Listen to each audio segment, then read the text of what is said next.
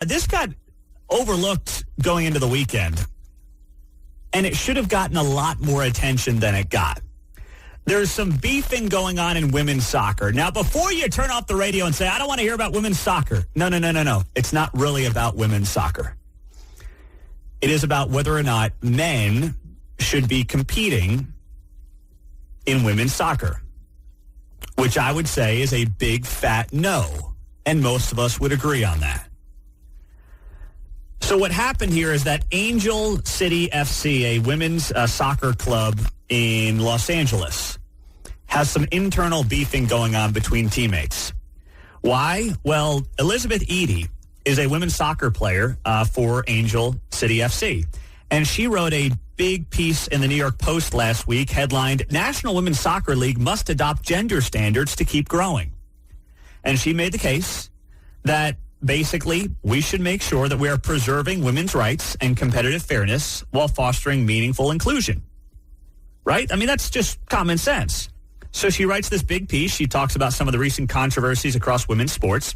And she makes the case that, you know what? We got to make sure that we only have biological females playing in women's sports. And she lays out the case, as we have many times here on KCMO. She actually has data to back it up, not just feel good like, you know, woe is me, everyone's included type of nonsense that you usually get on this issue from the other side. And it was a really good piece. What happened to her? Her own teammates held a press conference trashing her over the weekend. I kid you not. Nope. This is real stuff. I know. I've got the audio here. Let's get the audio here. It is from Sarah Gordon and Angela Anderson. They are the two captains who held this press conference over the weekend where they went after their own teammate who wrote a piece in the New York Post basically saying we've got to make sure that we are preserving women's sports exclusively for women. Let's take a listen to what they had to say. Going into this, I'm a little bit nervous because I think it's a big job to represent your team and speak for your team, and not just that, speak for others who this will be important to. We've all obviously seen the article that was written in the New York Post earlier this week, so I really want to start off by saying that that article does not speak for this team in this locker room. I've had a lot of combos with my teammates in the past few days, and they are hurt and they are harmed by the article, and also they are disgusted by some of the things that were said in the article. Stop. They're harmed by, wait, hold on. No one can be harmed by words. And considering the point of the article is to protect women from literally physically losing jobs and losing soccer games and losing to men, literally and figuratively, and potentially getting hurt by men, which we've seen happen as well in different sports at different levels over the last few years as this thing has continued to explode. For her to say people were harmed by the article, no, you are advocating for people to get harmed. You are advocating and lobbying for women to get harmed by men when it comes to losing out on positions, when it comes to literally losing games, and when it comes to, God forbid, getting hurt. You're the ones lobbying and advocating for people to get hurt. And the gaslighting here of, well, you know, the real people getting hurt are those offended by the article. No, they're not.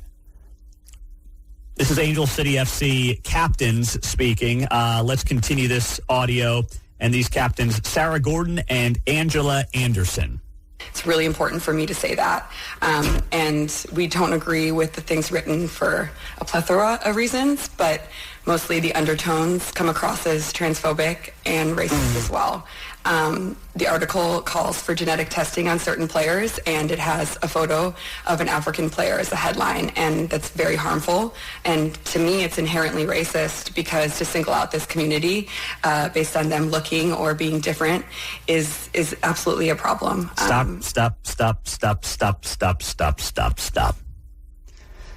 You see what they're doing here, right? You call your opponents racist. You call them transphobic. and immediately they try to put you on the ropes. That is the name of the game. Here's the problem. No one cares about your rules anymore. Okay?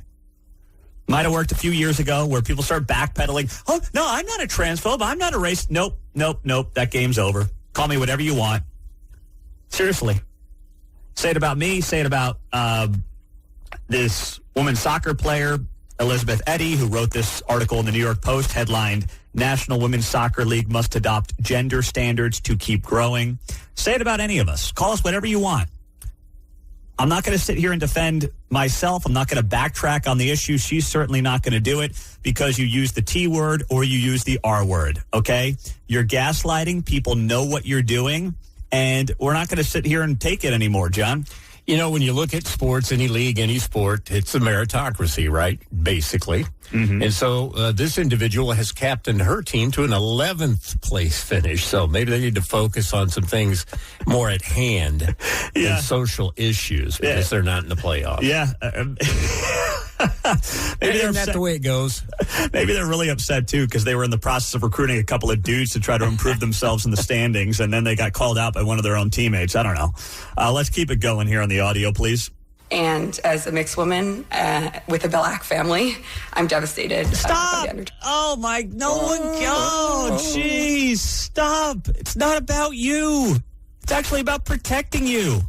And you know what? If you feel this strongly about it, go play men's soccer. Oh, that's right. You couldn't make the team.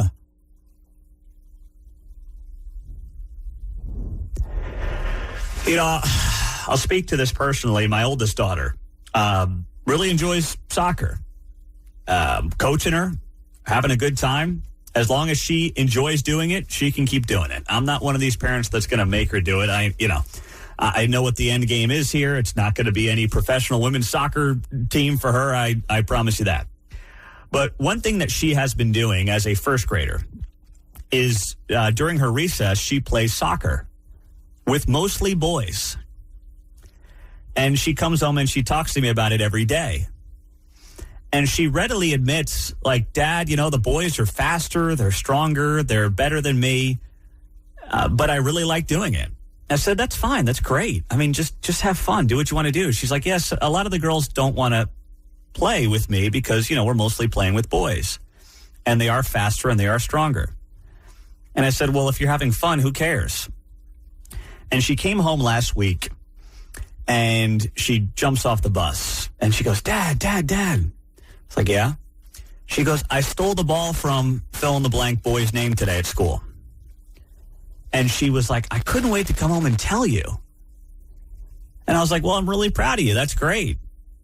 She's like, yeah, I've never done it before. I always try to do it, but he's faster and he's stronger and he kicks it really hard and he's just a lot better than me. I'm like, well, that's how you get better in life. You play against people that, are better than you, right? That's just how it goes. And she's like, yeah, no, and I'm still having fun and that's all that matters. I'm like, that's exactly right. That's all that matters. But even at 6 going on 7 years old, she knows the difference between boys and girls. And this is like before puberty or anything like that. This is in first grade, okay? This is before all that stuff starts changing. And she gets it, and she understands it. But apparently we have professional athletes who are captains of Major League Soccer teams who are still trying to play this whole, if you don't want men and women's sports, you are a transphobe. And somehow you're also, I guess, a racist, John. Yeah. I like that for Claire because she proved to herself she could do it, right? Yeah. And now it'll be either, I'm going to do it again or, done that next. That's exactly right. That's the point. Oh, that is the point. And that's what this is really all about. Common sense, which wasn't all that common a few years ago. But you know what? It's coming back. Common sense is in vogue again. Now, of course, there are super hyper partisans who won't admit that, who don't want to have that conversation, who don't want to go there. But it's back. It's winning.